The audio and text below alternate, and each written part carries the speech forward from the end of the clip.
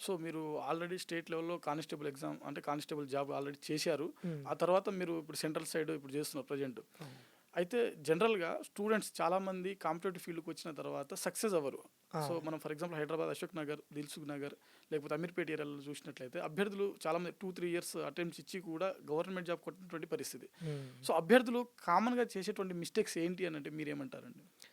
కామన్‌గా చేసే మిస్టేక్స్ అంటే ఇప్పుడు బేసిక్‌గా నేను చేసిన మిస్టేక్ చెప్తానండి. ఓకే. మనకు ఫస్ట్ ఆఫ్ ఆల్ రియలైజేషన్ ఉండాలి. ఓకే.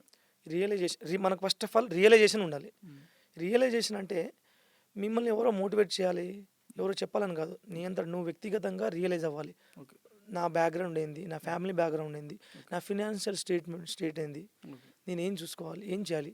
అనేది నీ అంతట నువ్వు రియలైజ్ అయితేనే హ్మ్. నువ్వు ఫర్దర్‌గా వెళ్ళగలవు. ఓకే. ఒకటి రియలైజేషన్ ఉండాలి. హ్మ్. రెండోది motivation. Okay. Everyday motivate your self everyday. Okay.